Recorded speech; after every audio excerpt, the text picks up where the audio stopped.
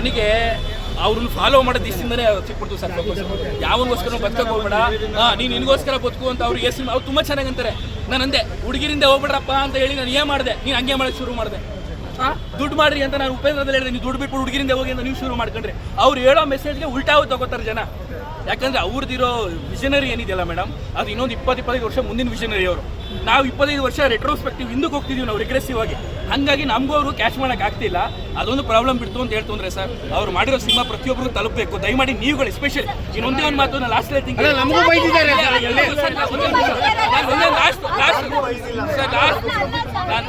Madam ಒಂದು ನಿಮಿಷ last ನಾನು ಹೇಳೋದು, ದಯವಿಟ್ಟು ಯಾರು ತಪ್ಪು ತಿಳ್ಕೊಳಕ್ಕೆ ಹೋಗ್ಬೇಡಿ. ಒಂದು ಅತ್ಯದ್ಭುತವಾದ ಕನ್ನಡ ಸಿನಿಮಾ ಯಾರು ಮಾಡಕ್ಕಾಗ್ತಿರೋ ಅಂತ ಪ್ರಯತ್ನ ಮಾಡಿದ್ದಾರೆ. ಬೇರೆಯವ್ರು ಎಲ್ಲರೂ ಮಾಡ್ತಾರೆ ಮೇಡಮ್. ಹೀರೋ ಹಂಗೆ ಇಟ್ಕೊಂಡ್ ಬರ್ತಾನೆ, ಹೀರೋಯಿನ್ ಅಲ್ಲಿಂದ ರೋಸ್ ಇಟ್ಕೊಂಡ್ ಬರ್ತಾಳೆ, ಕೊನೆಗೆ ಒಂದೇ ಅದು ಎಲ್ಲರೂ ಮಾಡಿರೋ ಸಿನಿಮಾಗಳು. ಇದು ರೆಗ್ಯುಲರ್ ಟೆಂಪ್ಲೇಟ್ ಸಿನಿಮಾ ಅಲ್ಲ. ಇದು 1000 ಸಿನಿಮಾ ಬಂದ್ರೆ ಎಲ್ಲೋ 1001ನೇ ಸಿನಿಮಾ ಇದು. ದಯಮಾಡಿ ನಿಮ್ ಕೈಲಿ ಆಯ್ತು ಅಂದ್ರೆ ಅಳಿಲ್ ಸೇವೆ ಅನ್ನ ಕನ್ನಡಕ್ಕೆ ನೋಡಿ ಇರುತ್ತೆ. ಆದ್ರೆ ಆಡಿಯನ್ಸ್ ಒಂದು ರಿವ್ಯೂ ಕೊಟ್ಟಾಗ ತೋರ್ಸೋದು ನನ್ನ ಕರ್ತವ್ಯ. ಹೌದೌದು, ಅಲ್ಲ ಆಡಿಯನ್ಸ್ ಕೊಡ್ಲಿ ಸರ್. ಆಡಿಯನ್ಸ್ ಅಷ್ಟು ಮೆಚುರಿಟಿ ಇಲ್ಲ ಪಾಪ. ಅವ್ರೇನೋ ಮಾಡ್ತಿದ್ದಾರೆ, ಇನ್ನೊಂದು 25-30 ವರ್ಷ ಬಿಟ್ಟು ಜನ ತರೋ ಇಂಥ ಸಿನಿಮಾನು ಬಂದಿತ್ತ ಅಂತ ಹೇಳಿ. ಹೌದು ಪಾಪ ಅವ್ರು ಒಳ್ಳೆತನ ಸರ್. ಅವ್ರಿಗೆ ಬಿಡ್ಕೊಳ್ಳಲ್ಲ ಪಾಪ. ಅವ್ರ ಪಾಪ ಅವ್ರು ರಾಣ ದಗ್ಗು ಬಟ್ಟೆಗೂ ಅಂತಾರೆ, ನೀವು ತುಂಬ ಸೂಪರ್ ಸ್ಟಾರು ಅಂತಾರೆ ಉಪೇಂದ್ರ ಇಲ್ಲಿ ಅವರು. ಹಾಗೆ ಅವ್ರು ಒಳ್ಳೆತನ ಅವ್ರು ಹೇಳ್ತಾರೆ. ಬಟ್ ನಾನು ಫ್ರಸ್ಟ್ರೇಟೆಡ್ ನಾನು ಹೇಳ್ತಾ ಇರೋದು, ಯಾರಾದ್ರೂ ನಿಮ್ಗೆ ಚೆನ್ನಾಗಿಲ್ಲ ಅಂತ ಹೇಳ್ತು ಅಂದರೆ ನನ್ನ ಮನಸ್ಸಿಗೆ ನೋವಾಗ್ತದೆ. ಆಸ್ ಎ ಫ್ಯಾನ್ ಅಲ್ಲ, ಆಸ್ ಎ ಸಿನಿಮಾ ಫ್ಯಾನ್ ಆಗಿ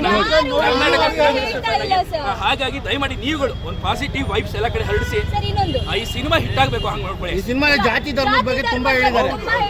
ಜಗಳ ಮಾಡ್ಕೊಂಡು ಸಾಯ ಮಾಡಿ ಕೊನೆಗೆ ಏನು ಸಿಗಲ್ಲ, ಎಲ್ಲ ಪೂಜೆ ಆಗಿ ಹೋಗ್ತೀರಾ ಅನ್ನೋದೇ ಇರೋದು ಪಿಕ್ಚರಲ್ಲಿ. ಜಾತಿ ಮತ ಧರ್ಮ ಅಂತ ಹೇಳ್ತೀರಾ, ಕೊನೆ ನಿಮ್ಗೆ ಏನು ಸಿಗುತ್ತೆ? ಈಗ ನೋಡಿ ಅಲ್ಲೆಲ್ಲ ರಷ್ಯಾ ಅಮೆರಿಕ ಫೈಟ್ ಆಗ್ತಾ ಇದೆ.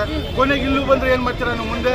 ಅಲ್ಲ, ರಷ್ಯಾ ಅಮೆರಿಕ ಆಗಿನ ಮುಂಚೆ ಇಂಡಿಯಾ ಪಾಕಿಸ್ತಾನ ಬೇಜಾನ್ಸತಿ ನೆಕ್ಸ್ಟ್ ಆತರ ಆಗಲ್ಲ ಅಂತ ಏನ್ ಗ್ಯಾರಂಟಿ? ಆತರ ಆದ್ರೆ ನಮ್ಗೆ ಏನ್ ಸಿಗುತ್ತೆ? 2 ತುಂಡು ಕೊನೆಗೆ ಬೆತ್ತಲೆ ತೋರಿಸ್ತಾರೆ ನಮಗೆ.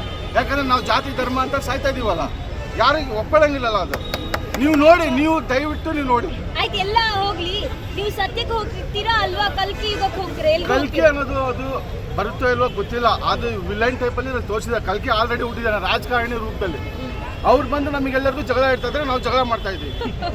ನೀವು ನೋಡಿ ಬೇಕಾದ್ರೆ ನಾವಲ್ಲ, ನೀವು ಹೋಗಿ ನೋಡಿ, ನೀವು ಸರಿ ಅಂತ ಹೇಳಿದ್ರು ಓಕೆ. ಅಲ್ಲ, ಕಲ್ಕಿ ಅನ್ನೋದು ವಿಷ್ಣು ಅವತಾರ ಅಂತಾರೆ. ಕೊನೆಗೆ ಒಳ್ಳೇದಕ್ಕೆ ಬರ್ತಾರೆ. ಆದ್ರೆ ಈ ಕಲಿ ಅನ್ನೋದು ಮಾತ್ರ ಕೆಟ್ಟದು ಅಂತ ಹೇಳ್ತಾರೆ. ಇಲ್ಲ, ಈ ಸಿನಿಮಾದಲ್ಲಿ ಕಲ್ಕಿ ಅನ್ನೋದು ಆಲ್ರೆಡಿ ರಾಜಕಾರಣಿ ರೂಪದಲ್ಲಿ ಹುಟ್ಟಿದ್ದಾರೆ. ನೀವು ನೋಡಿ, ಯಾಕಂದ್ರೆ ಅವ್ರು ಬಂದ್ರೆ ನಮ್ಮೇನು ಜಗಳ ಇಡೋದು, ಬೇರೆ ಯಾರು ಇಡಲ್ವಲ್ಲ. ಯಾರೋ ನಾವು ಜಗಳ ಮಾಡ್ತೀವ, ಎಲ್ಲರೂ ಹೋದ್ರೆ ಮಾಡಲ್ಲ. ನಮ್ಮ ನಡುವೆ ಆ ಪಕ್ಷ ಈ ಪಕ್ಷ, ಆ ಜಾತಿ ಈ ಜಾತಿ ಅಂತೇಳಿ ಜಗಳ ಇಡ್ತಾ ಇರೋದು. ಅದು ಕಲ್ಕಿ ಅನ್ನೋದೇ ಅವನು, ಈ ರಾಜಕಾರಣಿನೇ ಕಲ್ಕಿ. ನೋಡಿ ಸರ್, ಈ ಸಿನಿಮಾನ ಬರೀ ಸಿನಿಮಾ ರೀತಿ ತಗೋತೀರಾ ಇಲ್ಲ ಜೀವನ? ಇಲ್ಲ ನೋಡಿ, ನಮ್ಮ ವಯಸ್ಸಿಗೆ ನಾವೆಲ್ಲ ನೋಡ್ಕೊಂಡು ಬಂದಿದ್ದೀವಿ. ಜಾತಿ ಧರ್ಮ ನಡುವೆ ಜಗಳ ಇಡಬೇಡಿ ಅಷ್ಟೇ. ನೀವು ಕೊನೆಗೆ ನಾಶ ಆಗೋಗ್ತೀರ ಅನ್ನೋದೇ ವಿಚಾರ. ನೀವು ವೋಟ್ ಮಾಡ್ತೀರಾ? ನೀವು ವೋಟ್ ಮಾಡ್ತೀರಾ ಪ್ರತಿ 5 ವರ್ಷಕ್ಕೊಂದ್ಸತಿ? ಮಾಡ್ತೀವಲ್ಲ ಸರ್. ಯಾವ ಪಕ್ಷದಲ್ಲಿ ನಿಮಗೆ ಈ ಜಾತಿ ರಾಜಕಾರಣ ಇಲ್ಲ ಅಂತ ಅನ್ಸುತ್ತೆ? ಎಲ್ಲ ರಾಜಕಾರಣದಲ್ಲಿ ಮತ್ತೆ ಯಾಕೆ ವೋಟ್ ಮಾಡ್ತೀರಾ? ಜಗಳ ಮತ್ತೆ ಮಾಡಲೇಬೇಕಲ್ಲ, ಇಲ್ಲ ಬೇರೆ ಅವನ ಬಂದು ಕೂತ್ಬಿಟ್ಟಾನೆ.